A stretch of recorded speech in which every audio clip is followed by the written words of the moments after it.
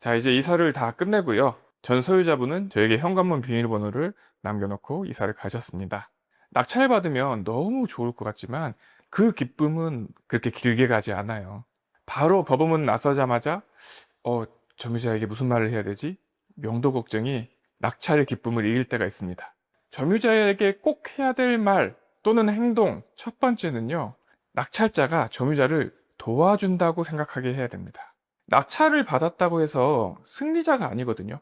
서로 상생이라고 생각을 하셔야 돼요.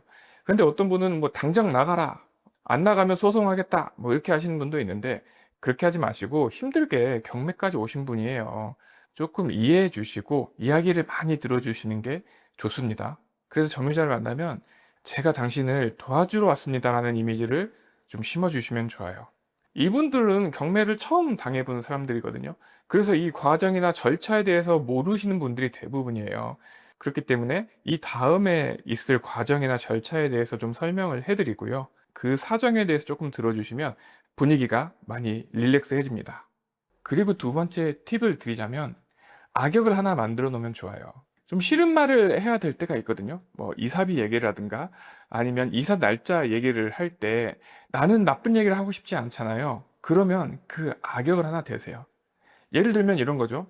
아, 저는 좀 해드리고 싶은데 저희 회사 절차상, 지침상 그렇게까지는 좀 힘들 것 같습니다. 날짜를 그렇게 드리기는 좀 힘들 것 같고요. 제가 최대한 노력을 해보겠습니다. 저희 회사에서 책정한 비용은 그 정도까지는 힘듭니다. 이런 식으로 악역을 하나 만들어 놓으면 좋겠죠. 만약에 낙찰자분이 여자분이시라면 이렇게도 하죠. 아, 저는 드리고 싶은데 저희 남편이 허락해 줄 것 같지 않아요. 뭐 이런 식으로. 아니면 아, 저는 좀 해주고 싶은데 사실 저랑 동업하시는 분이 그 정도 비용은 생각하지 않았습니다. 이런 식으로 다른 악역을 하나 만들어 놓고 대화를 하시면 조금 더 부드러워질 수 있습니다. 세 번째로는요, 어떤 보상을 주는 겁니다. 예를 들어서 어느 정도 배당을 받는 세입자 같은 경우에는 명도 확인서가 꼭 필요하거든요. 그래서 이사 날짜만 주시면 제가 명도 확인서는 바로 해드리겠습니다. 이런 식이라든지, 그렇지 않고 소유자라고 하면 둘 중에 하나를 제시하십시오. 이사비입니까? 기간입니까? 기간을 드리면 비용을 못 드리고요. 비용을 드린다고 하면 기간은 안 됩니다. 둘 중에 하나는 선택하게 만드시는 게 좋습니다. 자, 반대로 절대 하면 안 되는 말들이 있어요. 그 중에 하나가 뭐냐면 법대로 하겠습니다. 법대로 하겠습니다는 상대방을 자극하는 말이에요. 굳이 그렇게 말할 필요가 없습니다. 반대로 상대방도 법대로 하세요 이렇게 할 수도 있거든요. 사실 이 집도 점유자분께서 법대로 하라고 했습니다. 그래서 제가 뭐라고 했냐면 법대로 해보신 적 있습니까? 저는 법대로 해본 적이 있는데요. 법대로 하게 되면 정말 둘 다 피곤해집니다. 아수라장이 됩니다. 지옥행이에요. 그렇게 하실 필요가 전혀 없습니다. 서로 감정만 소모되고 기관과 금전적인 손해만 나게 돼 있어요. 절대 그렇게 하실 필요 없고 저랑 적절하게 협의하시는 게 가장 좋습니다. 이렇게 설득을 했습니다. 절대 법대로 하란 말을 서로 안 하시는 게 좋습니다. 그리고 두 번째는 돈이죠. 절대 돈을 못 줍니다. 이사비는 저희가 생각해 놓은 게 없어요. 이렇게 말씀하시면 서로 협의가 안 됩니다. 어느 정도 선은 좀 열어놓는 게 좋아요.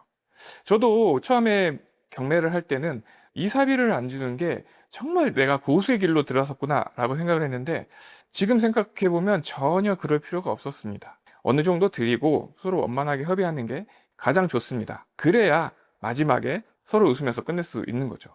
너무 아끼려고 하다가 오히려 손해를 볼 수도 있더라고요. 그리고 이런 분들도 있어요. 아니, 내가 소유권을 이전했는데 이거 내 집인데 당신이 왜 이러느냐? 이렇게 너무 소유권만 주장하시면 안 됩니다. 분명 소유권은 넘어갔지만 지금 점유하고 있는 사람에게 점유권은 있습니다. 그렇기 때문에 아무리 내 집이라고 해도 함부로 무단 침입을 하거나 짐을 건드리면 무단 침입죄나 재산 손괴죄에 걸릴 수도 있어요. 더 피곤한 일이 벌어질 수도 있습니다. 명도 너무 힘들어하지 마시고요. 어쨌든 우리가 서로 사는 일입니다. 조금씩만 서로 양보를 한다고 마음을 먹고 대화를 하면 오히려 쉽게 풀릴 수가 있습니다. 유튜브나 다른 사람 말을 듣고 영웅 심리를 가지지 마세요. 내가 고수가 된다는 생각할 필요가 없습니다. 적절하게 잘 보내드리는 게 그게 고수예요. 오늘은 명도에 대해서 얘기를 해봤는데요. 말은 정말 쉬워요. 당장 해보려고 하면 가슴이 콩닥콩닥하고 다리가 달달달달 떨립니다. 명도에 대한 고민이 있으시다면 저희 내디따에 오셔서 한번 같이 얘기를 나눠보는 건 어떨까요?